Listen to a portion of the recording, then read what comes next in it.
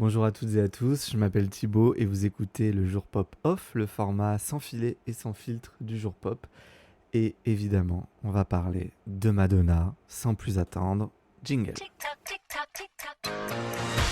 Il est quasi 22 heures au moment où j'enregistre cet épisode et il fait actuellement 31 degrés. Voilà, je devais le partager avec vous. J'ai mis mon ventilateur là juste à côté, j'espère qu'il fait pas trop de bruit, que ça va pas trop vous déranger. J'ai essayé d'enregistrer le plus tard possible, mais il faut se lever demain matin. Quand bien même on peut aller sur le dance floor ensemble. Oh là là, quelle transition! Car je me devais évidemment de vous faire un débrief à chaud de cet album Confessions 2, que je vais appeler comme ça parce qu'il s'appelle comme ça sur la pochette, plutôt que Confessions on a Dance Floor 2, et je vais m'expliquer après pourquoi. Petit retour en arrière, c'était en décembre, on avait fait un épisode avec mes camarades Anaïs, Florent et Gonzague, qui avait super bien marché d'ailleurs, de récap de l'année, et on était, je les salue d'ailleurs, et on était tous excités à l'idée de ce nouvel album de Madonna qu'elle tease depuis 2024, au moins 2024. On pensait qu'il aurait lieu en 2025. Finalement, ça a eu lieu cet été. Alors, j'ai pas réécouté ce que j'avais dit à l'époque, mais je sais que j'étais très, très, très impatient et très optimiste. Et évidemment, elle m'a donné raison parce que c'est Madonna et qu'elle ne pouvait pas se planter sur un projet pareil. Et quand on voit l'armada qui a été sortie pour vendre ce disque, on se rend compte que ça a été mûri pendant des mois et même des années. Alors déjà, le concept de ce jour pop-off, ça va être un classement. Donc j'ai classé les 16 titres de l'édition complète de l'album. J'ai toujours pas écouté Outsource, l'inédit qu'il y a avec la marque de vodka, Absolute, je crois. Donc, mais voilà, comme il n'est pas sur les supports, je vais pas le compter. Et je vous ai aussi, vous, demandé quel était votre top 3 de l'album, et je vous le révélerai au fur et à mesure pour voir si ou pas on est cohérent, vous et moi, sur cet album. Mais avant de rentrer vraiment dans le classement, je voudrais quand même faire aussi une vision globale de l'album. Déjà, parler du marketing de Confessions 2, qui est pour moi parfait. Mais vraiment, ça fait des années que j'ai pas vu un lancement d'album pop aussi bien foutu. Déjà, juste un vrai lancement d'album pop, parce que aujourd'hui, ben franchement, ça n'existe plus quoi. Je veux dire, même celui de Gaga qui était quand même très bien, ça s'est ça s'est essoufflé assez rapidement. Je parle même pas de Beyoncé ou Taylor Swift qui elles ne font même plus rien. Taylor Swift, elle, elle annonce son album, elle lance les précommandes, puis après il n'y a plus rien jusqu'à la sortie de l'album, il n'y a plus aucune hype qui se fait. Ariana Grande, grosso modo, c'est la même chose là avec son nouvel album. J'adore le single d'Ariana Grande, mais franchement, il n'y a rien à se mettre sous la dent, même si elle est en tournée actuellement. Madonna, alors là, on voit que c'est vraiment la reine de la pop parce que mais tout est parfait quoi. Et en plus, c'est vraiment quelque chose de 360. Il y a le partenariat avec Grindr qui est absolument génial. Il y a eu cette performance à Times Square. Il y a eu ce clip medley 13 minutes incroyable, vraiment. Il y a aussi bientôt une participation à la Coupe du Monde, à la finale de la Coupe du Monde. Il y a eu le lancement à Coachella avec Sabrina Carpenter. Enfin, il y a vraiment eu quelque chose de très complet sur le lancement de cet album qui a vraiment en tout cas créé une hype, en tout cas chez les homosexuels de plus de 30 ans, c'était le sujet, voilà. Et aussi, ce qui est très intéressant, c'est d'avoir appelé cet album justement Confessions 2, Confessions on a Dance Floor partout. Alors pourquoi j'ai mis des réserves là-dessus, c'est que pour moi, cet album, c'est absolument pas une suite de Confessions on a Dance Floor. Qu'est-ce qu'il y a en commun? La production avec Stuart Price, qui est vraiment un choix incroyable qu'elle ait fait de revenir bosser avec lui. Elle avait teasé une collab avec Max Martin en 2023. Bon, pour l'instant, on n'a jamais vu le jour, mais je suis quand même très content qu'elle ait bossé avec Stuart Price, et surtout sur vraiment une direction entière de l'album. Ça rappelle les grandes années, c'est-à-dire quand elle avait fait appel à Shep Pettibone pour Erotica, William Orbit sur Air of Flight, Mirwave sur Music et American Live. Voilà. Travailler vraiment en étroite collaboration avec un producteur unique, c'était c'est la recette gagnante pour Madonna. Et donc je suis vraiment très content qu'elle l'ait fait, et puis ça a porté ses fruits, évidemment. Mais surtout, avoir appelé cet album comme ça, et bien évidemment, ça a créé une hype, ça a créé une attente là-dessus. On s'est dit, oh là là, cet album est tellement culte, forcément on a envie d'écouter. Et quand on écoute cet album, moi ce que j'y ai vu, c'est surtout un hommage à toute la discographie de Madonna. En particulier, je trouve, les albums Erotica, un peu Bedtime Stories, il y a un peu de Ray of Light, il y a un peu de musique, il y a aussi du Confessions. Voilà, toute cette grosse quinzaine d'années, je trouve, qui est pour moi la période dorée de Madonna, hein, de 90 à 2005, j'ai l'impression de revoir un condensé de tout ça dans cet album. C'est un album qui est introspectif, rétrospectif, et qui est, mine de rien, si elle regarde en arrière, qui est aussi tournée vers l'avenir, parce que Madonna est toujours tournée vers l'avenir. Et forcément, quand on creuse un peu la jeunesse de cet album, et elle en a parlé, c'est venu de ce fameux biopic qu'elle a essayé de monter, notamment avec Universal Pictures. Il y a cette interview qu'elle a donnée là, qui est absolument fabuleuse, où on se dit mais quel personnage cette femme, Madonna, où elle dit justement que Universal ne lui a pas donné assez d'argent, de budget pour réaliser ce film, et qu'elle leur a dit mais non, moi ma vie est incroyable, j'ai besoin d'un budget incroyable. Mais je peux pas lui donner tort, hein. Je peux pas lui donner tort, hein. Vraiment, j'ai trouvé le biopic par exemple de Freddie Mercury, Bohemian Rhapsody, très bien foutu, mais la vie de Madonna est quand même 10 fois plus palpitante que celle de Freddie Mercury ou même celle d'Elton John, quoi. Donc voilà, peut-être parce que c'est une femme, mais bon, ça c'est uniquement des divagations. Et donc du coup, ce projet de biopic a incité Madonna à réouvrir ses archives, à écrire aussi sa vie. Elle explique même que du coup, comme elle a vendu les droits à Universal, une fois qu'elle s'est retirée du projet, ils ont toujours les droits. Et donc là, elle fait une série Netflix sur sa vie. Donc elle est obligée de réécrire parce qu'elle a plus les droits sur le scénario original. Mais du coup, je pense que ça l'a incité à regarder en arrière. Ça a aussi donné le Celebration Tour qui était fabuleux, on en a déjà parlé. Mais aussi cette peut-être volonté de raconter sa vie en chanson. Et il y a énormément de ça dans Confessions 2. Et finalement, ça porte très bien son nom parce que on a des confessions. On a Madonna qui se livre comme elle ne s'est plus livrée, je pense, depuis American Life. Et je vous le dis directement, ça rentre pour moi parmi ses meilleurs albums. Vraiment. Et je dirais même, mais peut-être parce que là j'ai encore l'euphorie des débuts, qui concurrence sérieusement le premier Confessions. Parce que finalement elle se racontait un peu, mais pas autant qu'elle le fait dans cette version 2026, si je puis dire. Et je mets de côté évidemment tout ce qui a suivi, parce que autant je trouve que l'album Hard Candy dans son style a bien vieilli, mais c'est pas un album majeur de Madonna. Pour moi, les deux albums suivants, MDNA et Rebel Heart, sont vraiment parmi ces gros ratages. Je les réécoute jamais.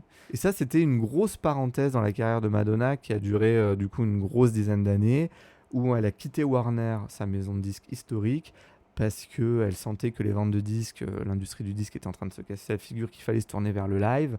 Elle a fait un deal faramineux avec Live Nation en collaboration avec Universal, Interscope aux États-Unis, un deal genre album tourné, etc.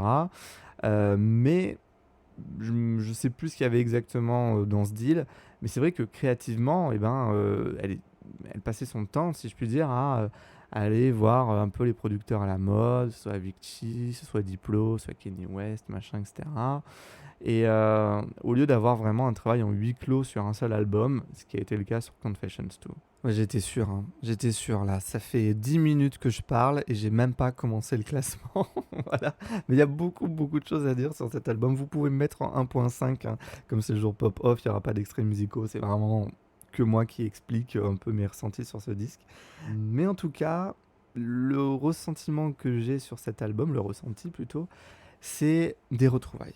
Des retrouvailles avec Madonna, des retrouvailles avec un vrai storytelling d'album, des retrouvailles aussi avec sa voix, avec des mélodies qui lui vont super bien, en tout cas à sa voix, et surtout qu'elle chante plus avec des grills, ça j'en pouvais plus. Allez, bon, on va arrêter de divaguer, On va rentrer dans le vif du sujet. Donc j'ai pris les 16 titres, j'ai écouté l'album 5-6 fois là depuis tout ce week-end et j'ai fait un classement des 16 chansons. Alors, grosso modo, en place 14, 15, 16, j'ai mis 3 titres qui sont vraiment pour moi interchangeables. Un coup je préfère lui, un coup je préfère l'autre. Bon, c'est pas un classement définitif, mais c'est 3 titres qui sont globalement au même endroit dans la tracklist. C'est en partant du dernier, School. Pour moi, c'est vraiment la chanson qui m'intéresse le moins. Love Without Words et Everything. Pour moi, ces 3 titres, c'est un peu le ventre mou de l'album. C'est un peu des titres où je trouve que peut-être que en version club, si on écoute ça en boîte de nuit, il y a que des vieux qui disent ça. Bref, je pense que ça marche bien. Avec mon casque, à la salle de sport ou à la maison, c'est pas les titres qui vont le plus me réveiller. Et j'étais assez surpris de voir que chez vous, ils étaient plutôt bien classés. Alors, Love Without Words et Everything, ils sont 9e et 10e dans votre classement, vous les auditeurs. Mais par contre, School est classé 5e. Moi, vraiment, j'étais très surpris de voir votre engouement pour ce titre qui, moi, vraiment, ne m'a pas du tout intéressé. Et vous l'avez mis 5e. Donc, je suis très curieux de savoir pourquoi. Parce que peut-être, justement, je me suis dit que comme il arrive, je trouve, au bout de ce ventre mou de l'album, ça m'a un peu lassé, justement.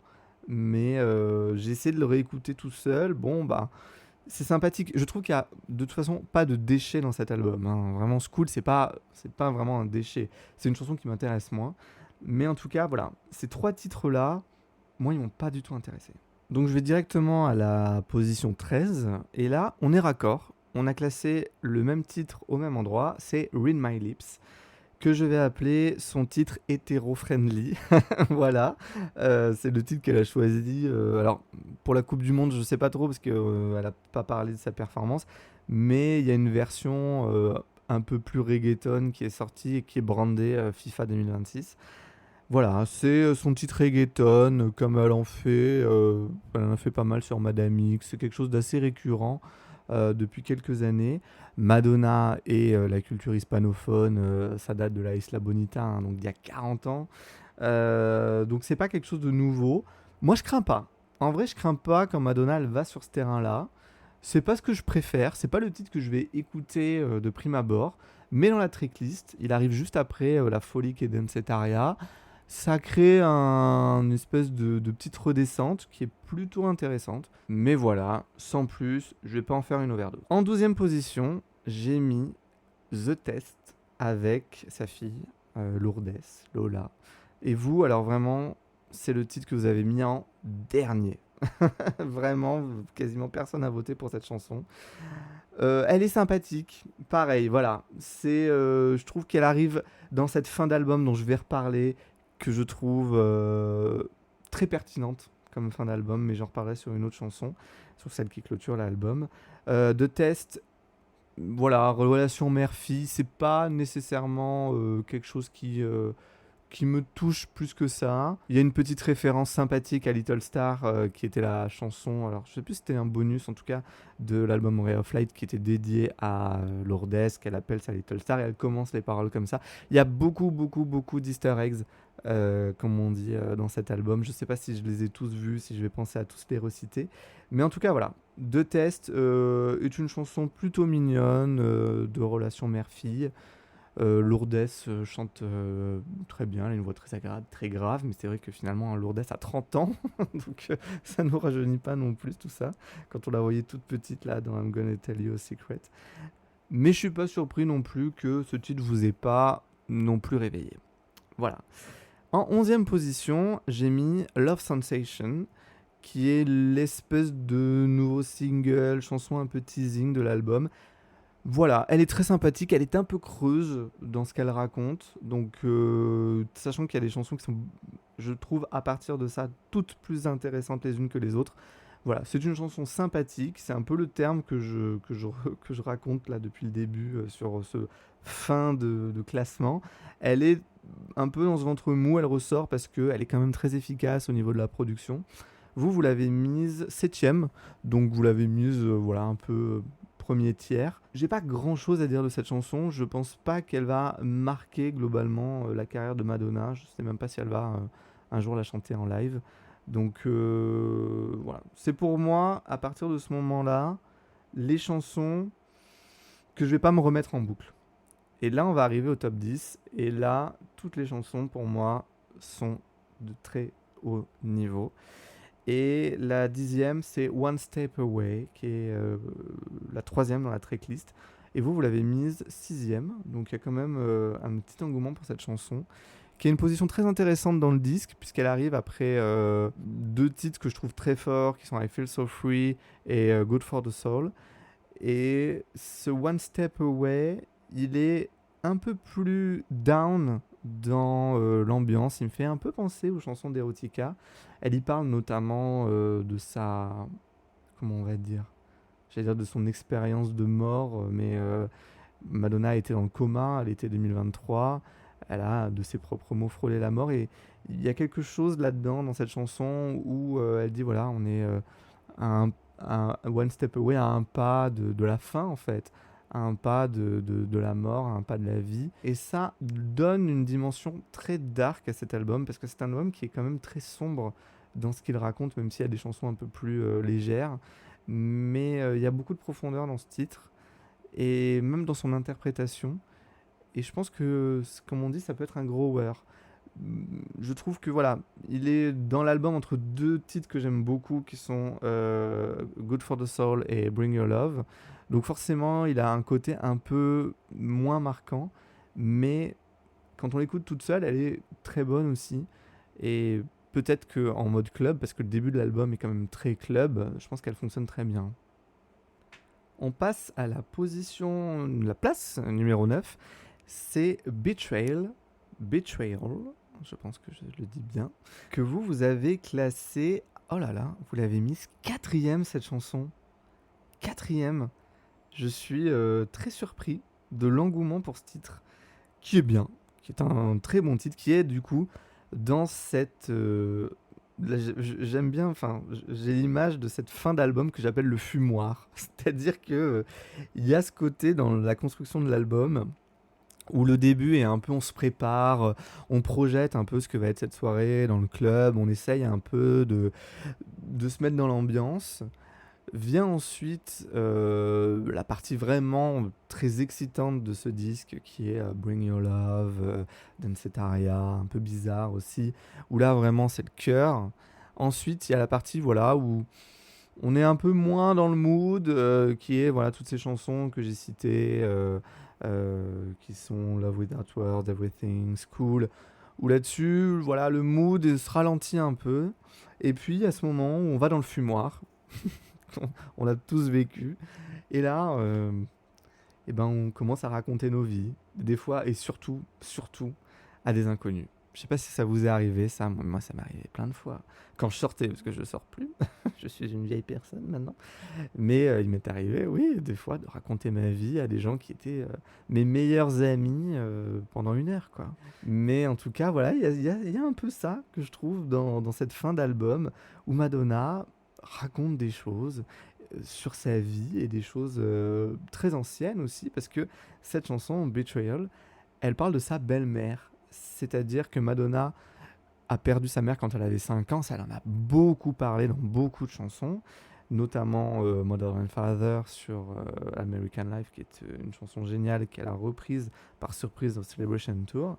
Et là, c'est une chanson vraiment très douce amère, même très piquante vis-à-vis de cette belle-mère, qui, alors, je vais vous dire ça de tête, mais je crois qu'en fait, c'était quelqu'un qui était dans l'entourage de son père, donc que Madonna connaissait quand sa mère était encore vivante, et qui s'est mise en couple avec son père une fois que sa mère est décédée à Madonna. Donc du coup, il y avait cette sensation, ouais, de trahison, comme elle le dit. Et cette femme est décédée il y a 2 ans, quelque chose comme ça.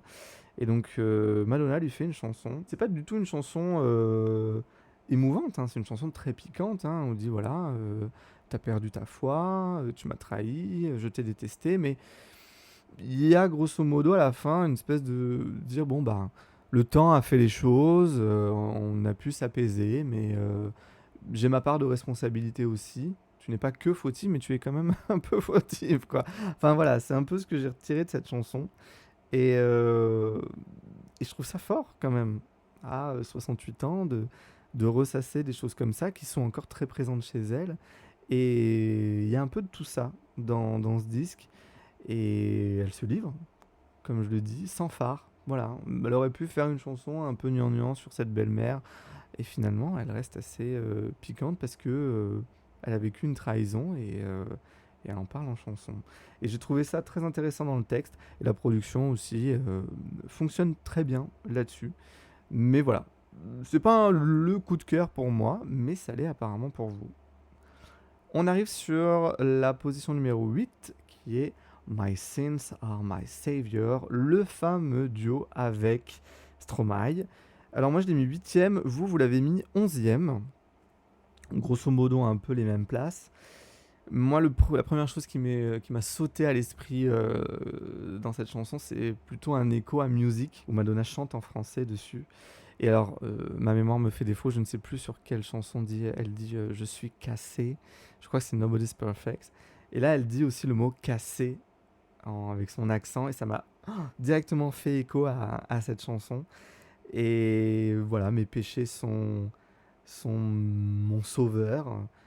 J'y ai compris, en tout cas, dans cette chanson, c'est un peu ce que dit aussi Stromae quand il chante, c'est Madonna a toujours été, comme elle se dit, unapologétique, elle ne s'est jamais excusée de rien, mais finalement, c'est ce qui l'a guidée, c'est ce qui l'a sauvée en tout cas, ce qu'elle considère comme ses péchés, d'avoir osé des fois, d'avoir dérangé l'ordre établi. Finalement, c'est ce qui lui a permis de se construire et de persévérer, en tout cas, cette espèce de confiance en elle depuis maintenant plus de 40 ans de carrière, quoi. Et je vais le dire maintenant, mais c'est vrai que l'âge de Madonna, c'est quand même un sujet. C'est-à-dire que Madonna a 67, 68 ans au mois d'août cette année. Elle a 40 ans de carrière. Je crois que c'est son 15e album. Et sans faire d'agisme, être aussi inspiré, proposer un album aussi fort avec autant de choses à dire après avoir fait autant de chansons et avoir fait autant de choses dans sa vie, c'est admirable. C'est vraiment admirable. Et qu'elle réussisse à viser toujours aussi juste à... Moi, je suis épaté parce que généralement, une carrière, voilà, c'est 10, 15 premières années. Et Madonna, non, elle est toujours là et c'est pas pour rien que c'est la reine de la pop. Et cette chanson, c'est une très bonne chanson, mais je trouve que ça me renvoie à tout ça en fait. Ça me renvoie à tout ce parcours incroyable, littéralement incroyable qu'elle a vécu, qu'on a, qu'on a tous plus ou moins grappillé à un moment. On est tous arrivés à un moment différent dans le train Madonna. Mais moi je suis vraiment admiratif de cette femme et de ce qu'elle a accompli. Et je me dis, ben, savourons chaque chanson, chaque album de Madonna parce que c'est un cadeau presque. C'est un cadeau d'avoir une artiste aussi fascinante et aussi investie dans son art que l'est Madonna. Et du coup, voilà, c'est une chanson très rétrospective. Je trouve My Sins Are My Savior. Et ça m'emmène à la chanson numéro 7 que vous avez classée 15e. Alors ça, j'étais très surpris, mais pas vraiment finalement non plus. C'est L.E.S. Girl. Et là, moi, ce titre, il m'accueille. Alors, ce titre, il clôt l'album en version 16 titres. Et je trouve que c'est un titre hyper émouvant, où elle fait écho à la Madonna de ce début des années 80, qui a des rêves, qui essaie de se faire une place, qui rêve d'amour aussi, parce que c'est un album qui parle aussi pas mal d'amour. Et il y a cette phrase finale qui clôt l'album. C'est vraiment presque une balade, hein, cette chanson qui est pas du tout dans le thème dance floor. C'est pour ça que ça me fait penser au fumoir, comme je dis, parce que là, on est vraiment dans la confession pure et dure. Et je pense que là, c'est vraiment une chanson qui est née de ce travail qu'elle a fait sur son biopic. Et à la toute fin, elle dit Everything fades away. Tout disparaît, tout s'efface en fait, finalement. Tout n'est qu'éphémère. Notre présence sur Terre, finalement la mémoire, les souvenirs, etc. Et cette notion du temps qui passe, c'est quelque chose, je pense, qui travaille aussi beaucoup Madonna, notamment depuis qu'elle a frôlé la mort il y a 3 ans. Et voilà, comme le dit, elle approche aussi des 70 ans, c'est une réalité. Euh, Elle a dit notamment qu'elle peut plus danser quasiment parce qu'elle a un genou qui est très très abîmé. Elle fait comme elle peut et c'est une battante. Mais voilà, le temps fait son œuvre et cette chanson, moi, m'a vraiment cueilli, quoi. Donc, je l'écoute vraiment avec beaucoup d'émotion.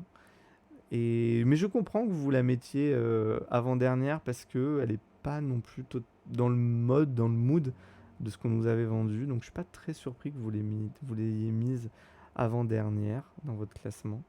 Voilà. Mais c'est une très belle chanson et je pense que elle va s'inscrire parmi ces 12 pépites du catalogue de Madonna. En numéro 6, une chanson que vous avez classée numéro 8, donc ça va, on est plutôt cohérent, c'est Good for the Soul, la deuxième chanson de l'album. Vous savez, dans le clip, c'est là où les gens ils ont des lasers dans l'entrejambe. Je trouve ça assez, assez drôle. Très belle chanson, petit clin d'œil au tout début à Bedtime Story, pardon, la chanson, où elle parle de consciousness. J'ai plus les paroles sous les yeux. Très bonne chanson, très club aussi. Je l'ai pas écoutée en club encore, mais je pense qu'elle fait son effet. Très bonne prod, vraiment très envolée. J'aime énormément ce qu'elle raconte dans ce titre.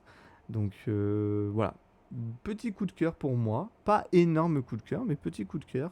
Et j'aime bien aussi, moi, elle m'a fait écho. Alors, je sais pas comment expliquer ça, à la chanson Impressive Instant de l'album Music, qui, qui est aussi la deuxième piste de l'album. C'est un titre très club, un peu célébration de la danse, du club, de se lâcher prise qu'il y a. Et je trouve que dans l'intention, en tout cas, elle me fait penser aussi à Impressive Instant, qui est une très bonne chanson. Et je pense que les deux se font écho. Et peut-être que s'il y a un Confessions Tour 2, peut-être qu'elle aura aussi cette position en deuxième titre, comme avait pu l'être Impressive Instant au Joan World Tour. On arrive dans le top 5. Et dans le top 5, alors vous avez mis cette chanson 12e, mais je ne suis pas du tout surpris. Moi, je l'ai mis 5e, c'est I Feel So Free. Je pense que vous l'avez mis 12e parce que il n'y avait plus l'effet nouveauté qui peut y avoir des autres titres. C'est vrai que c'est la première chanson qu'on a découverte, je crois, même avant Bring Your Love, oui, absolument. Ou même juste après, enfin, Bring Your Love a été performé à Coachella, mais I Feel So Free est sorti digitalement dans la foulée. Excellent titre d'ouverture d'album. C'est pas aussi puissant que peut être Hung Up dans la version 1, mais c'est pas du tout le sujet, c'est pas du tout même comparable. I Feel So Free, c'est un postulat. Et ça annonce directement ce que va être cet album. Ça annonce la couleur un peu années 90, un peu techno dans les sonorités. Et cette volonté de se dire, voilà, le dance floor n'est pas mort. Le dance floor, c'est là où je me sens libre. C'est là où je peux m'exprimer. C'est là où je peux me confesser aussi. Et excellent titre. Évidemment, ça fait écho à I Feel Love et donc à Future Lovers. Je ne serais pas du tout surpris qu'on ait un mash-up sur la tournée, si la tournée évidemment, et que ce soit le titre d'ouverture, mais il est ultra bon ce titre. Vraiment, moi, j'adore cette chanson, quoi. Donc je l'ai mise quand même top 5, et je pense que voilà, j'estime que vous l'avez mise si bas, peut-être parce qu'il y avait plus cet effet nouveauté, et que quand on écoute l'album, on a envie de commencer directement par Good for the Soul, parce qu'il y a cette chanson de 5 minutes qu'on connaît par cœur. D'ailleurs, un titre de 5 minutes, et grosso modo, là, j'ai pas les durées. Attendez, je vais juste regarder, mais je crois qu'il y a globalement que des titres de plus de 3 minutes sur l'album. Et ça, vraiment, merci Madonna, quoi. Parce que les titres de 2 minutes, franchement, on souffle un peu, quoi. Et d'ailleurs, ça me fait penser à juste un sujet, parce que c'est un album non-stop mix, comme l'était le premier Confessions. Je suis un poil déçu des transitions. je trouve que pour le coup, celle du premier Confessions était beaucoup plus forte, beaucoup plus, j'allais dire, instantanément iconique. Là, je trouve que des fois, ça fait même bricoler. Voilà, je pense à celle entre Bring Your Love et Dancetaria, qui était un peu bof, quoi. Et même celle entre Fragile et My Sins Are My Savior, où là, il y a des battements de cœur qui sont même irréguliers. Enfin, voilà, je suis un peu déçu du travail de Non-Stop Mix, que je trouve moins enveloppant que celui sur le premier Confessions. Voilà. Mais ça fonctionne quand même, on est quand même, on lâche pas le fil, hein. Franchement, moi j'ai jamais lâché le fil de cet album. Quand je l'ai écouté 6 fois, c'était d'un bout à l'autre. J'en étais où? J'en étais à I Feel So Free, numéro 5. Et donc là, on va rentrer dans le top 4. Alors sur la position 3, j'étais très partagé sur quel titre je mettais en troisième et en quatrième position. Et j'ai finalement choisi Bizarre en quatrième position. Et vous l'avez mise deuxième. Logique, c'est un tube. C'est vraiment un tube. Alors, j'ai un peu digué de quoi parler cette chanson, et cette chanson parlerait de sa relation avec Sean Penn. Donc, Madonna a été mariée à Sean Penn il y a 40 ans, ça a fait l'objet d'un album qui s'appelle True Blue, où elle parlait vraiment de son amour inconditionnel pour Sean Penn, et l'album suivant, Like a Prayer, était l'album du divorce. Et donc, voilà, l'amour peut être quelque chose de bizarre, et elle raconte un peu cette relation avec Sean Penn dans ce disque. Donc c'est une production de Martin Garrix. Alors je me suis mis les crédits de l'album sous les yeux et je découvre, j'avais même pas fait attention que Betrayal était un titre produit par Mirwais, coproduit par Mirwais. Voilà, sinon tout est globalement fait avec Stuart Price, qui, je ne sais pas comment cette personne n'est pas homosexuelle, parce qu'il nous a quand même produit Confessions 1, il nous a quand même produit Aphrodite de Kylie, il nous a quand même fait des super bangers sur l'album Future Nostalgia de Dua Lipa, il a fait l'album What's Your Pleasure de Jessie Ware, qui est quand même une ode à l'homosexualité. Donc voilà, je suis très surpris que cet homme ait fait autant de bien à la communauté homosexuelle sans être lui-même homosexuel. Bref, c'est juste une parenthèse qui me fait sourire. Mais bizarre, voilà. Et du coup, coproduite avec Martin Garrix, grand DJ qui est même cité en featuring là-dessus. Je suis peu connaisseur de l'œuvre de Garrix, mais en tout cas, gros tube, vraiment. Classique instantané de Madonna, il porte vraiment le disque. D'ailleurs, il sauve un peu ce côté, comme je disais, un peu ventre mou de l'album avec Everything, Love Sensation, Love Without Words et School. Et peut-être c'est pour ça que School, je l'ai mis aussi bas dans le classement, parce que il arrive après Bizarre et après Fragile, que je n'ai toujours pas cité, donc c'est autant de vous dire que j'aime beaucoup cette chanson. On arrive au top 3, et au top 3, j'ai mis Bring Your Love, le duo avec Sabrina Carpenter. Et alors, vous avez classé ce titre 14e avant-dernier, en pénultième du classement. Je pense que c'est Come I Feel So Free. Vous avez zappé cette chanson parce que voilà, vous l'avez écoutée depuis le début, et vous avez eu d'autres coups de cœur dans l'album. Être allé chercher Sabrina Carpenter, c'est très opportuniste, parce que elle est au top de sa popularité, Sabrina, mais en même temps, c'est une héritière totalement légitime et évidente de Madonna. Je trouve que c'est voilà, la nouvelle princesse de la pop. Désolé aux fans de Britney qui disent qu'il n'y en a plus qu'une, mais elle peut partager aussi ce titre avec Sabrina Carpenter, qui est une artiste que j'adore. J'ai pu la voir en concert l'an dernier, j'ai passé un moment exceptionnel, et je trouve que ce duo marche très bien. Et ça me fait penser à l'éléphant dans la pièce, où est le featuring avec Kylie Minogue.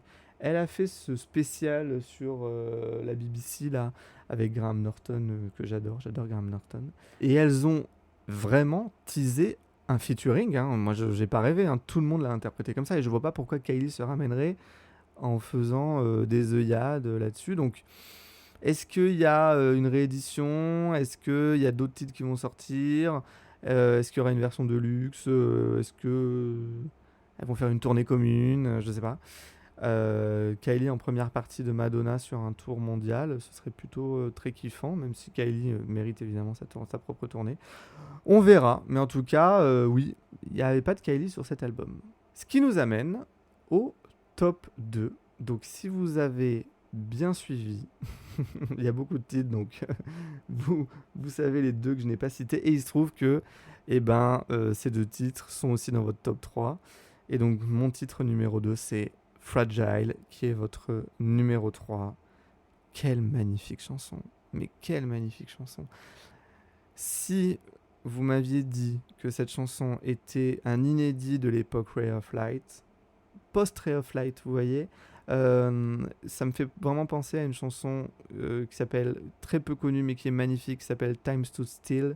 Time Stood Still, voilà, c'est pas facile à dire, qui était sur la BO de Next Best Thing. Oh là là, vraiment, c'est pas facile à dire. Donc, il était avec American Pie, là, son film avec Rupert Everett, qui est une magnifique chanson.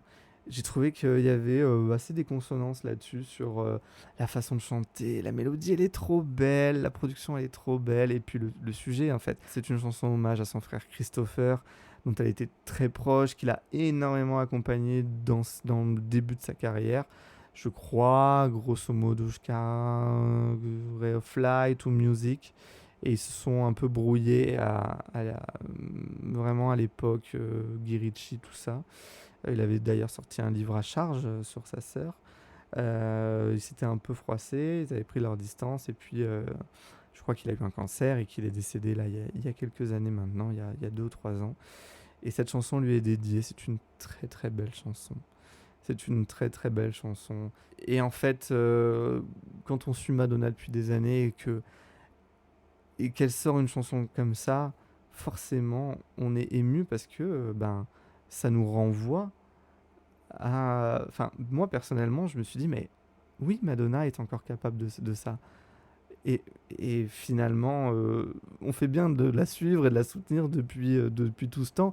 Et quand bien même il y a une période très compliquée, j'en ai pas parlé, mais les années post-Covid, là, où elle faisait des remixes chelous, où vraiment elle avait des sorties qui étaient un peu cringe, etc. On s'est accroché, les amis. On s'est accroché, on est toujours là. Et Fragile, c'est notre récompense, quoi. C'est vraiment une magnifique chanson qui nous touche en plein cœur, quoi. Dans sa production, dans son interprétation, dans son sujet. C'est un bijou. Je pense que cette chanson va devenir une fan favorite, qui va pas nécessairement être interprétée en single. Mais je pense que s'il y a un Confessions Tour 2, elle aura une très belle place, en tout cas, je l'espère. Eh ben, quasi 45 minutes de blabla. J'espère que vous êtes toujours là parce que il est temps de parler du numéro 1. Aucune surprise, hein, c'est Dancetaria, c'est votre numéro 1 haut la main. Ça a été, je pense, un coup de cœur assez unanime chez les fans quand le court-métrage est sorti, parce que c'est vraiment le cœur du court-métrage, avec tous ces guests incroyables qui se passent dans ces toilettes, parce que c'est aussi un titre totalement autobiographique. Madonna retourne au début des années 80, quand elle veut à tout prix percer dans la musique, et qu'elle a cette chanson, cette maquette d'Everybody, qui est sur une cassette, et qu'elle veut absolument faire passer au DJ de cette boîte à la mode qui est le Dancetaria. Et donc, elle explique même qu'elle lui a amené de la coke, elle se droguait un peu avec lui pour avoir sa sympathie et pour jamais lâcher l'affaire. Et donc, elle l'a eu et il a passé le titre. Et le titre a instantanément marché. Et c'est devenu un tube. Voilà, c'est l'histoire de cette chanson. Mais Everybody Get Up and Dance, c'est hyper efficace. C'est un titre qu'elle a fait avec Stuart Price, mais aussi avec Andrew Watt et Circuit, qui sont les artisans de l'album Mayhem de Lady Gaga. Donc je sais pas à quel moment ils ont fait ce titre, mais c'est le seul titre sur lequel ils apparaissent, en tout cas qui est sorti. Non, je dis n'importe quoi, je viens de voir les crédits, ils sont aussi sur LES Girl. Donc finalement je suis cohérent dans mes coups de cœur. Je savais même pas, voilà, je découvre qu'ils ont fait ce titre aussi. Donc voilà, Dancetaria, tube instantané, une des meilleures chansons pop des dernières années. Et le clip, j'allais oublier d'en parler, mais quand elle dit cacher la cocaïne et qu'il y a Kate Moss qui apparaît sur l'écran, mais je pense qu'on a tous pété nos crânes, quoi. Et puis il y a Benedict Cumberbatch, il y a plein d'autres guests, et il y a ce clin d'œil, il y a Recherche Suzanne désespérément quand elle se sèche les cheveux sur le sèche-main, enfin Bref, le clip est incroyable, la chanson est incroyable. Ça va devenir un incontournable des fans. J'espère vraiment que ça va être un single. Ça, je sais pas, si ça va être le tube de l'été. En tout cas, moi, ça va l'être, clairement. Et comme je disais sur Fragile, Madonna est quand même encore capable. Mais j'avais pas de doute, hein. Je dis ça comme si j'avais des doutes, mais non. Madonna est la reine de la pop. Et c'est pas du tout surcoté de dire ça, quoi. Vraiment, quand elle sort un titre comme ça, et globalement, voilà, on va aussi conclure là-dessus, un album de ce calibre-là, parce que ce disque, ok, je dis qu'il y avait un petit ventre mou, mais mine de rien, on l'écoute d'un bout à l'autre parce que c'est un vrai album où il y a une histoire, où Madonna se raconte, voilà, il y a un peu de tout. Voilà, elle a parlé à un moment de Sean Penn, elle parle de sa belle-mère, elle parle de sa fille, elle parle de ses débuts dans la musique, elle parle de son frère, elle parle de sa relation aussi avec la célébrité, comme je disais, My Sins Are My Savior. Son rapport avec le dance floor aussi, avec cette image, ce persona, comme elle dit, qu'elle doit incarner, qui finalement ne fait plus qu'un avec elle. Et, et donc il y a tout ça, c'est un voyage qui finit dans le fumoir, comme j'ai dit, mais comme toute bonne soirée finalement. Nous qui aimons la pop music, si vous m'écoutez jusqu'à quasiment 1 heure de blabla, je pense qu'on est globalement tous heureux d'avoir un album comme ça. Et je vous avais demandé vendredi à la sortie de l'album quel était votre ressenti, et à 90% vous étiez hyper enthousiaste. Et c'est normal, quoi. C'est normal parce que quand c'est une artiste qu'on suit et qui nous sort un album de ce calibre-là, ben, on est juste heureux, quoi.